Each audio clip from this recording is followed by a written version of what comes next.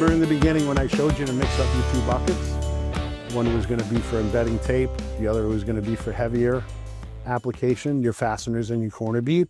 That's what we're going to move into now. We're going to go back and we're going to grab that bucket that we mixed up in the very beginning that is slightly heavier. What happens when you put water into compound? It shrinks. When we're doing corner beads and screws, we don't want it to shrink. So we're going to use a heavier compound. That's why. So we can get rid of this for now.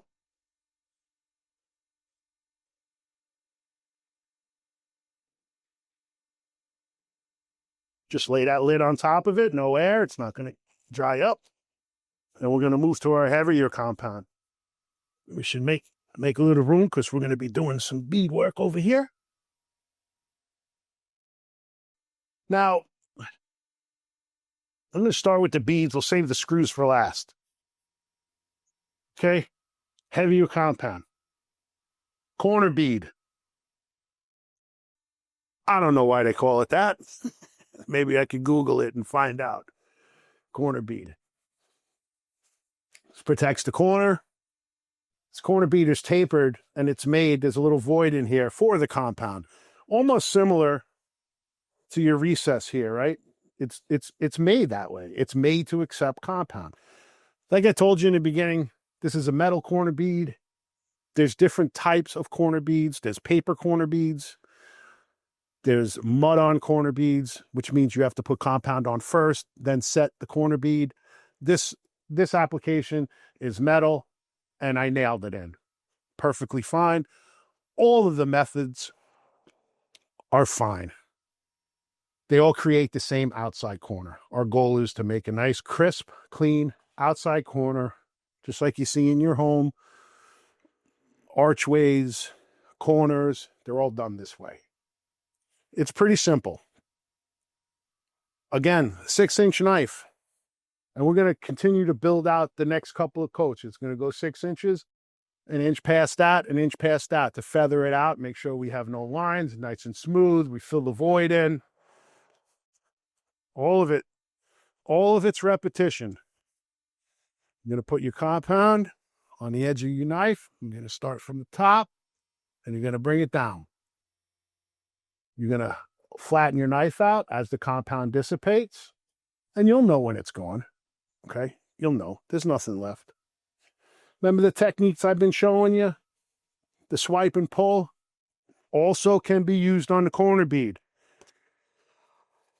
You just take a little bit of compound like this, you put it there, and you drag it.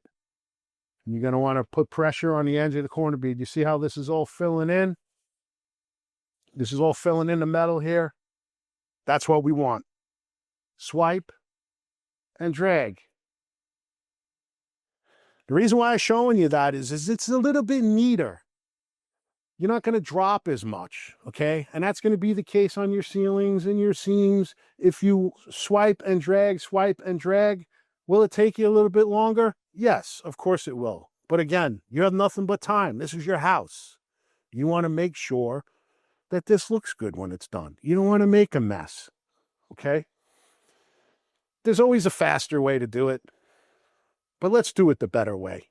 Let's make it look the best that we can, okay? I'm going to go to the other side. I know a lot of professionals that are going to view this, they're going to look at it and going to be like, oh, but Ken, there's no tape up here. Like, we need to put the tape in first. Yes, we do. The tape, and we're going to do that in a second. But for teaching purposes, we're going to jump to the corner bead because I want to show you how to do the corner bead. We'll go back. We're going to put the corner in, the cap in, and then we'll pull that down. It's fine. Same idea. Let's get a little compound. Pull it down. Full amount of compound on your knife. Swipe and pull.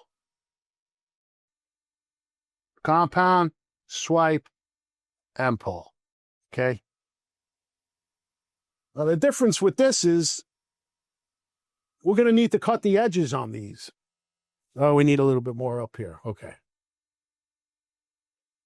Going back to the very beginning when I showed you the angles of your knife, right? Where to put your fingers, left, right, drop your hand down, angles.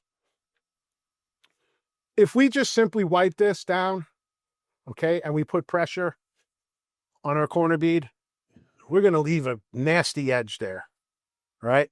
That's not what we want. The heavier the compound, the more of an edge it leaves. We're going to come back. We're going to move our finger to the left. We're going to drop our hand down to the edge of the knife. We're going to put pressure on this side of the knife, okay? And we're going to just drag it down. Doesn't have to be pretty, but we're going to create a nice feathered edge there, all right?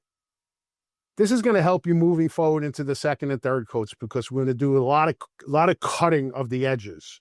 It's going to be important for you to understand that cutting of the edges, we don't want to leave edges. Flat and smooth, flat and smooth. Let's move to this side. Did it sooner? We're going to cut the edge. Notice my finger's on the right side now because we're cutting the right side. So we're going to pull this down.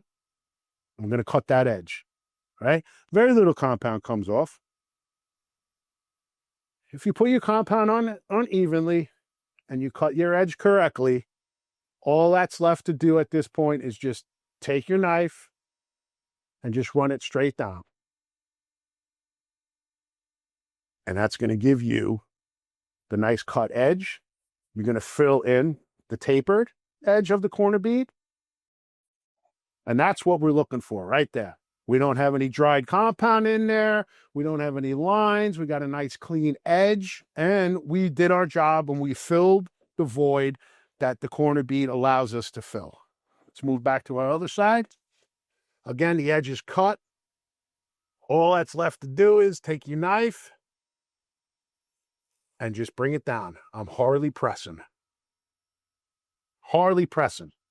We want to press enough. Now, if we press too much, what are we doing? We're taking the compound out of the corner bead. That's not what we want. We want to flare this out so it's a nice square corner. If we press too hard, if we come down and we press too hard, we're pulling all of the compound out of there. You see my knife is pressing. We don't want that. We want, these corner beads are made to fill, right? Cut the edge. Very little bit of pressure wiping. And we fill that corner bead in nice. Clean the edge and we're good to go. Get a little bit on that side. Okay, we can go back. We're nice and clean. And that's what your corner bead should look like after the first coat. Our next coat, we're going to, like I said, we're going to flare it out a little bit more. We're going to flare it out a little bit more, right? That's our goal. Flat and smooth. And the way you do that is you taper everything out. Taper it out.